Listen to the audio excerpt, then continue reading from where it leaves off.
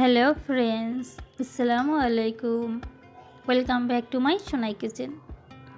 আজকে আমি আপনাদের মাঝে আবারও নিয়ে হাজির হয়েছি দুর্দান্ত মজাদার স্বাদের সবজি পাকোড়ার রেসিপি। এই সবজি পাকোড়া করার জন্য আমি যে সকল সবজি নিয়েছি তা দেখিয়ে দিচ্ছি। আমি এই সবজি পাকোড়ার জন্য এখানে নিয়েছি আলু কুচি, পেঁয়াজের কলি কুচি, নিয়েছি মূলা কুচি আর নিয়েছি শিম। আমি এই 4 ধরনের সবজি নিয়েছি। আপনারা চাইলে আপনাদের পছন্দ অনুযায়ী যে কোনো সবজি নিতে পারেন। প্রথমে আমি একটা নিয়েছি বাটি। এর মধ্যে আমি দিয়ে দিচ্ছি আলু কুচি, পেঁয়াজের কলি কুচি, দিয়ে দিচ্ছি মূলো কুচি আর শিম কুচি।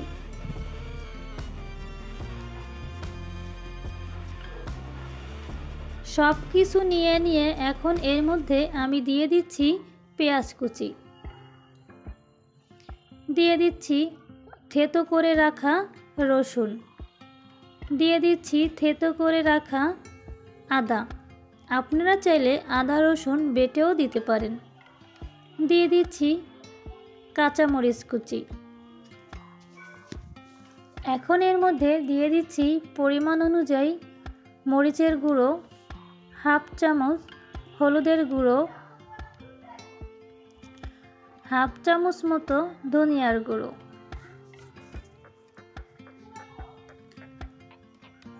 দিয়ে দিচ্ছি এখন এর মধ্যে পরিমাণ মতো লবণ।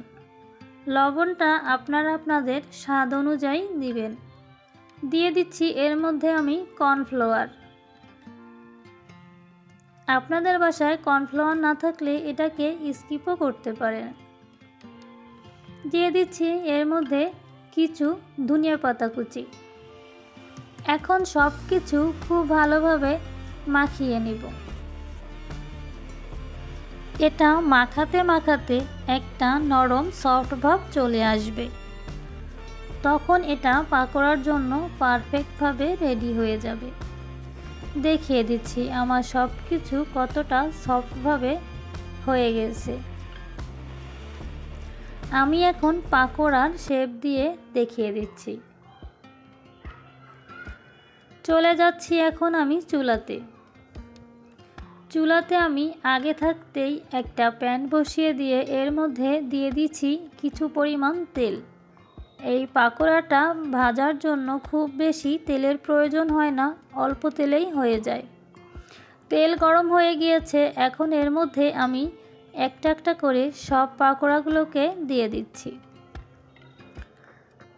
যারা আমার ভিডিওটা দেখছেন বন্ধুরা এখনও একটা লাইক দেননি, প্লিজ একটা লাইক দিয়ে ভিডিওটা সম্পূর্ণ দেখে নেবেন।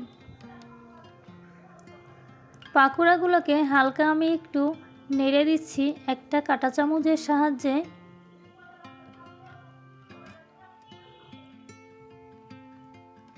পাকোড়াগুলোর এক সাইড হয়ে গিয়েছে।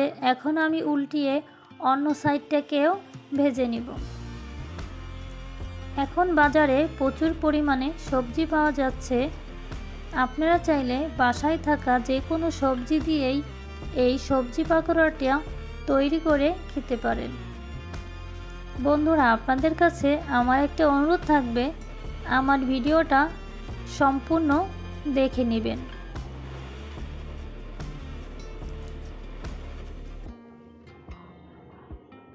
পাকোড়াগুলোকে আমি 2 বার উল্টিয়ে খুব ভালোভাবে ভেজে নিব। আর পাকোড়াটা ভাজার সময় অবশ্যই চুলার আঁচ মিডিয়াম আঁচে রাখতে হবে, তা না হলে পাকোড়াগুলো আমার পুড়ে যেতে পারে আর ভিতরে কাঁচা থেকে যাবে। সেই জন্য চুলার আঁচ অবশ্যই মিডিয়াম আঁচে রেখে এটাকে নেড়েচেড়ে ভেজে নিতে হবে। আমার 2 সাইডই ভাজা হয়ে গিয়েছে। এখন আমি পাকোড়াগুলোকে তুলে নিচ্ছি।